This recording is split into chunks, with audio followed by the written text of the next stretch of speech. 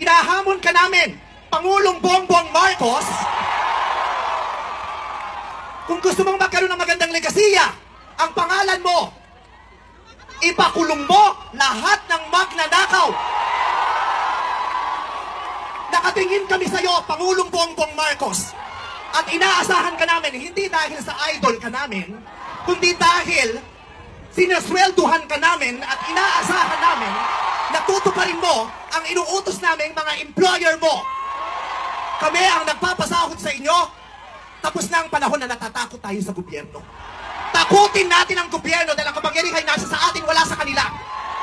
Nakatingin kami sa inyo, ipakulong lahat ipakulong. Bawiin ang mga ari-arian.